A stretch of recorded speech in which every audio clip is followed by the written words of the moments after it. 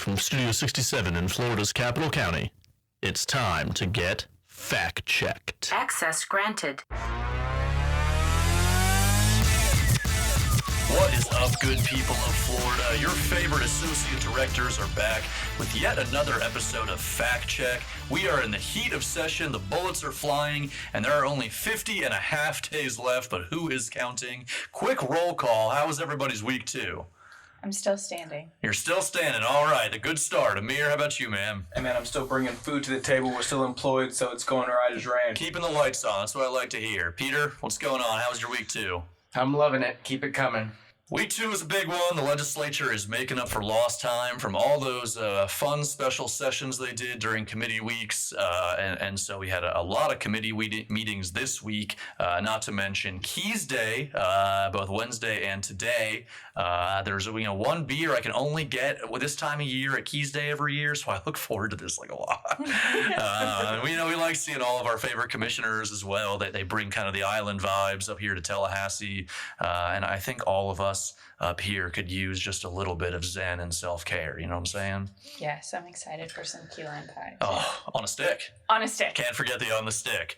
Well, we also had an interesting extracurricular activity this week in the form of the legislative softball game. We saw all the Capitol Democrats take on the Capitol Republicans, and boy, that was pretty funny to watch, huh, guys? Yeah, it was pretty great until someone got hurt. Well, we don't need to talk about that too much, but some of these guys are shockingly good athletes, I will say.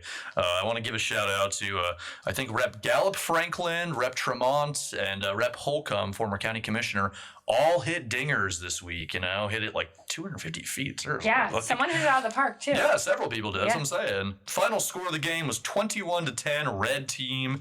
So thank you to everybody who came out for that and supported the firefighters. There are a bunch of beefcakes running around as well, selling calendars and food. Maybe they're saving lives too, Jared. That too, obviously. But fun week 2. But things are a bit of a scramble right now, so we will kind of jump into the policy. Who wants to start us off? All right, let's start it off with term limits because it got temporarily postponed this week. We always start with term limits. Okay, well, it's like the most important thing. I know. Courtney, what's going on there? So right now it's still at that 8-year time. An amendment was filed to move it to 12. So we'll see what happens when they do decide to take it up in committee. It hasn't been heard in either the House or the Senate. So we'll see it in Senate Ethics and Elections at some point. Back on the calendar next week, right?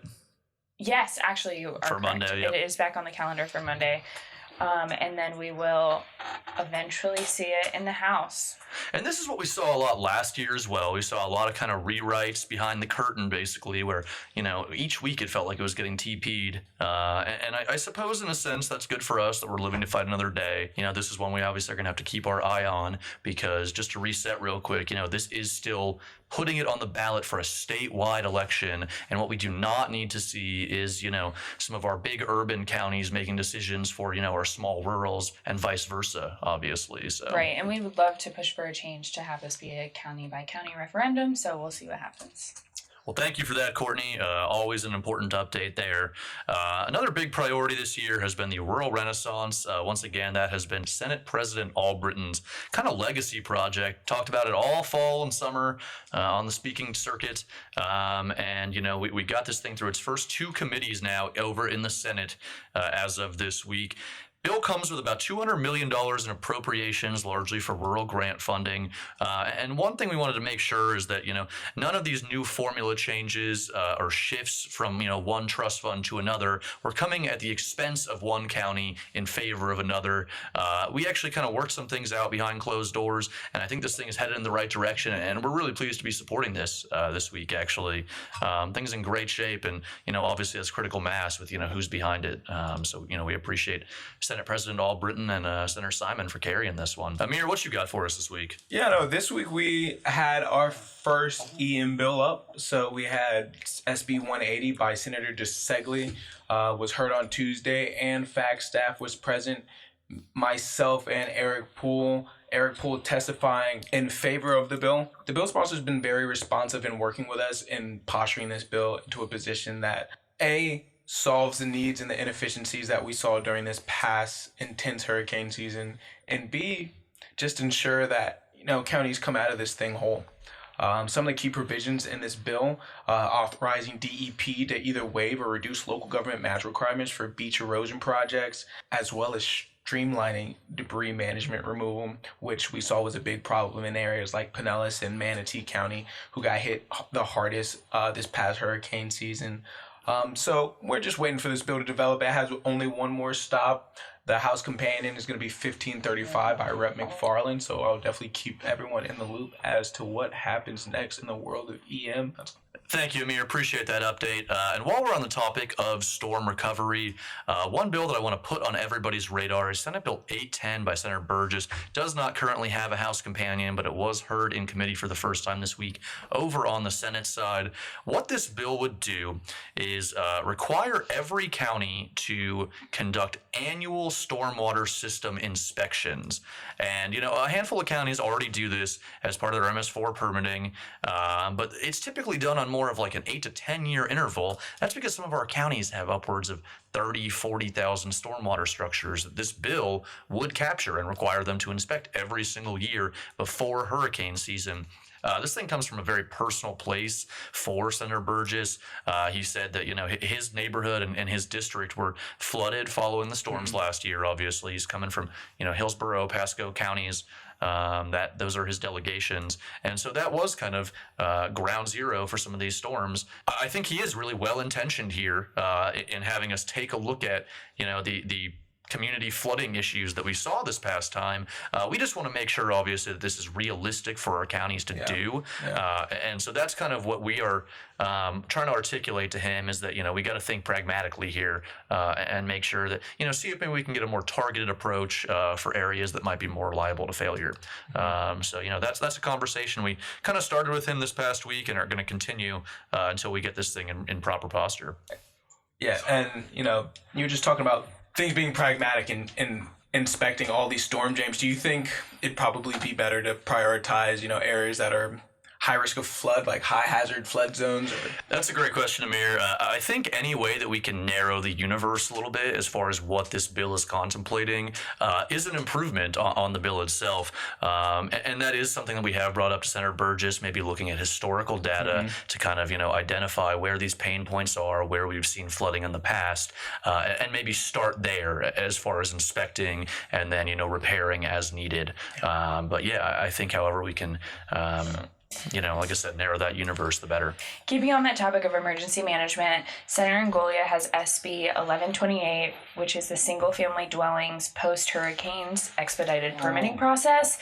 This bill allows for a private architect or a private provider to submit an application of plans, and the local building department would have to deem complete this application and give a permit within 2 days. The way he currently has this written is this would stand for any area of the state that has been hit with a hurricane within the past 24 months.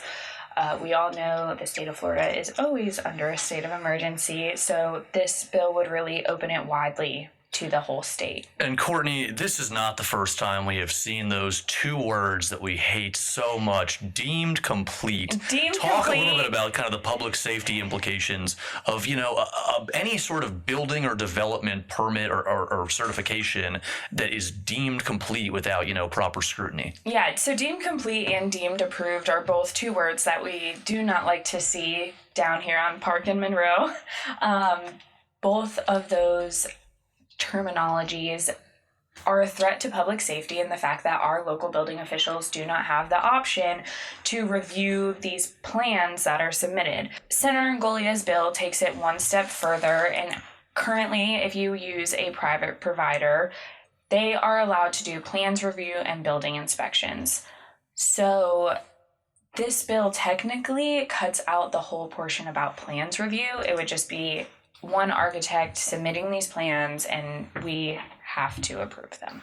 and give out that permit. Well, and the overwhelming majority of permit applications, I imagine, are probably approved with no issues, but there's got to be a backstop. I mean, it seems just, insane that there would not be some sort of safety net here if there was, a problem with the permit application. Yeah, and Senator Ngoli has been great having an open door to us and allowing us to help him fix this to get it to where he wants it to be. Well, we will check back in with the, privatization of the local building department attempts next week. This does not seem like it's going anywhere. No. But it's floating around. Peter, you have been uncharacteristically quiet so far. What is going on in the world of technology this week? Yeah, when I said that to keep it coming, I kind of regretted that. So building on last week's House Economic Infrastructure panel on utility relocation, HB 703 by Representative Robinson, that's Will Robinson,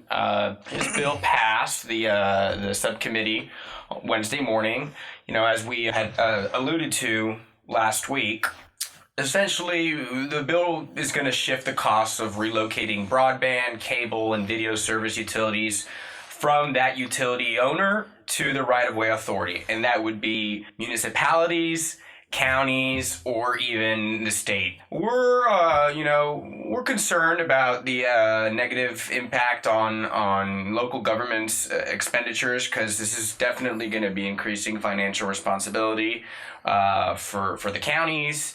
And the bill sponsor did bring up the communication service tax, and essentially the idea would be to use the CST to cover the shift in financial responsibility to local governments, and use that CST that these utility providers have been paying to cover that relocation. It should be noted, though, that CST has typically or historically been reserved to cover the costs of permitting for any work on right-of-ways. So that's where we are now. It does have a Senate companion by Senator McClain, SB 818. It hasn't been heard yet. We're keeping an eye out on that one. What does the status quo look like for that cost share, Pete? Obviously, this is moving it, toward the counties, but what does it look like, current day? Well, current day, we do cover the costs in certain circumstances. Let's say the authority, in our case, a county, does own a property adjacent to a right-of-way, and part of the utility services that property, and we require relocation. We do cover the costs there. If, the utility service is on a property itself that serves the authority, in our case, counties, will cover the cost of relocation. But this is really whenever that utility service, broadband, cable, or video, is interfering or is going to be an issue when we're going to have a road widening or project, and we request that utility service, we're going to now have to cover that cost when it is a public right of way, and yeah. In the world of immigration here, bringing it back, our favorite topic. Usually we don't touch on this, but this year in this session has forced our hand in that regard. Just a couple key dates I do want to bring to your guys' attention. As we know, April 1st is the deadline to have all these programs implemented. In this program, entails having ICE detainees being able to come to your county jail, having ICE come pick them up. So the deadline for that is April 1st. The deadline for the bed count, which is going to be March 15th. Now, this is ensuring that all county detention centers have ample bed space. So per the legislation, per the immigration legislation that was passed, it set a March 15th deadline for all these county jails to get in their methodology and their number for how many vacant beds they have available. Another great deadline to keep on your calendars is March 31st. Now, March 31st will be the first advisory council meeting for the immigration board. Now, this isn't the immigration board that comprises the governor or the ag commissioner. This advisory board Advisory Council Board serves as a board of professionals. It's various sheriffs and law enforcement personnel that are meant to provide recommendations and insight on how to essentially craft this immigration framework that we're moving towards. The key topics that will be discussed at this council will be A, administrative framework, as well as B, the grant program, right? We all know this immigration policy has a $250 million price amount tagged to it. So we just want to make sure that systems are in place for this grant funding to be passed down equitably. Amir, what happens if these deadlines aren't met by our counties? What's the repercussion of this? Well, I'll give... The repercussion is DeSantis will make an example out of you and your county, wherever that is or may be. At least this is what has been told to us through the Sheriff's Association and various other stakeholders within the subject matter. So, FAC, myself, along with the team, have been doing a great job in terms of compliance, ensuring that our county jails fall under compliance and meet these deadlines. Well, Amir, appreciate the scare tactics there. Amir has been all over this. You're the man. I'm going to take the mic back real quick and just talk DAX package. There has been an update, including a strike all amendment this past week. It did pass its first committee on the Senate side with that strike all. The thing we were following initially was it had a provision regarding the solar projects on ag lands preemption that we discussed back in the fall at a couple of FACs, policy development conferences. And this was actually kind of a convoluted process within this bill initially. It would have given counties the responsibility to do a PSC type study on whether the siting of a particular solar project on agricultural land was suitable or unsuitable. That actually got amended out of the bill this week. It was replaced instead with some familiar language from last year, the Agricultural Worker Housing Bill. You might remember these two standalone bills from last year that passed the legislature but were ultimately vetoed by the governor, and they preempted local siting of agricultural worker housing on ag lands. We actually kind of came to the table and negotiated to a point that we were comfortable with. What that looked like at the end there was, we are obviously losing a little bit of land use authority, but, this thing had some traction, and we wanted to make sure that if we're losing that land use authority, we did have certain, health and sanitary standards. We did have, some buffer requirements, screening requirements, just so that this isn't, just blowing up the character of local communities and kind of the aesthetic of our local counties here. That language is back in a new form in the DAX package, and it's really similar to where we ended last year, although those buffer requirements have gone down by about 150 feet. So we're going to have to talk to the sponsor, that's Senator Chernow, and then Rep. Tuck has the DAX package over in the House. Has not been amended just yet. However, she did inform us that the solar language is coming out of that one as well. So I imagine if she adopts a strike all, it will look pretty similar to what we've seen so far from Senator Chernow's version of the bill. Courtney, you look eager to talk. You got something for us? On the topic of affordable housing, the accessory dwelling units bills went through both the House and the Senate this week, passed respectively in both of their committees. They still are a little bit different. Senator Gates had an amendment this week that allowed manufactured homes to be added into the ADUs, and it also made it a little bit more stringent to who these can be leased to, and that they have to be leased for more than a month at a time to stick away from that vacation rental sphere. Currently, Rep. Connerly's version over in the House does not have either of those provisions, but we will have to see them line up eventually if this is going to go all the way through. Well, and they're hedging their bets a little bit on this one. If I'm not mistaken, this is also in some of the larger housing omnibus packages, is it not? Yes, Vicki Lopez also has it in her affordable housing bill. She does plan to keep it, so we're going to see which accessory dwelling unit makes it to the end. Yeah, they're covering their bases here. They really want to get this thing through. But Courtney, appreciate the update. I know housing has been a heavy lift this session. but you're doing a great job. I got one last thing for us while we're kind of in the development space, and that's dealing with mitigation banking. That's Senate Bill 492 by Senator McClain. We were in to speak with him this week, obviously, brought the whole gang. He's a former county commissioner, and him and Davin Suggs, like to bust each other's chops, go back and forth a little bit.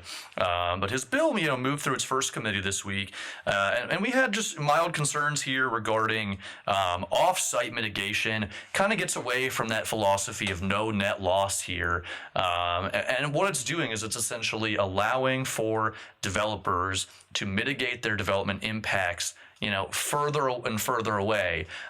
Currently, it's expected that if you have development impacts to, a wetland or something like that, you're supposed to do it right next door, as close as you can within the watershed. And this would allow, developers to go outside the watershed, to mitigate those impacts. There is a credit escalator, so the further away you get from each adjacent watershed, the more credits you actually have to purchase here. But I did just want to put that on everybody's radar as something that we are following and is kind of raising some red flags here and there. With that being said, that does it for me. Peter, what do you got for us? I think you had one last thing. Yeah, definitely. So this Tuesday, Majority Leader Representative Tyler Soroy and his co-sponsor, Representative Snyder, presented their House Joint Resolution in the Government Operations Subcommittee, where it passed favorably. The House Joint Resolution was essentially going to remove the position of lieutenant governor and replace it with a commissioner of government efficiency that is going to audit both state and local governments for any unnecessary expenditures. And that's the landmine there, is it not, Pete? Yeah, unnecessary can have many different definitions, so we're definitely trying to educate ourselves as to what the governor is contemplating as to what unnecessary will be. And then obviously at that point, the commissioner is going to have that, jurisdiction. And obviously the joint resolution is going to have to pass the legislature, and then, Florida residents are going to be voting on that on the ballot, where it will need 60% or more to be implemented into the Constitution. Well, appreciate that update, Pete. And this is kind of following that broader trend of our state following a lot of the federal leads on a handful of issues this session. Yeah, correct. The one, it is also worth noting that Majority Leader Soroy did mention that Florida is a lean machine, and we have already a good system going with regards to efficiency. So he did want to emphasize a scalpel approach instead of a sledgehammer approach. Love that one. We're going to add that to the legislative bingo list immediately. Well, speaking of lean machines, I think we have all earned some key lime pie on a stick, not to mention fresh beer from Isla Morada Brewing. Before we go over to Keys Day over in the Capitol Courtyard, do we have any last-minute housekeeping items we want to share? Yes, we do. It's our fabulous Ledge Day next week. And for those who come for the innovation portion, you might just get to hold a flamethrower at Tall Timbers. Are we doing that this year? Yep. I have no clue what you're talking about. That's going to be ran by the ICG squad. Yours truly, Becky, Eric, and Christopher Matthews. I do hope everyone has a safe weekend and a good St. Patrick's Day. Amir, you got one last thing for us? On the note of St. Patrick's Day, our favorite podcast guest, Dennis Smith, is throwing a big St. Patrick's Day banger at his house. Everyone is invited. All of Tallahassee will be there. All of Tallahassee. If you're a county commissioner or an innocent bystander, feel free to come down to Tallahassee, Florida, to invade Dennis Smith's home. Maybe email Amir if you need that information. Yep, I'll give you that information. We won't put this person's address on our podcast. You don't dox him. Planner resident at FSU, and he comes and gives a lot of podcast segments and works with Eric on a lot of EM stuff as well. So, well, you heard it here first. Party at Dennis's. Amir, thank you for that plug. And with that being said, everybody have a great weekend. We will see you guys next week for another episode of Fact Check.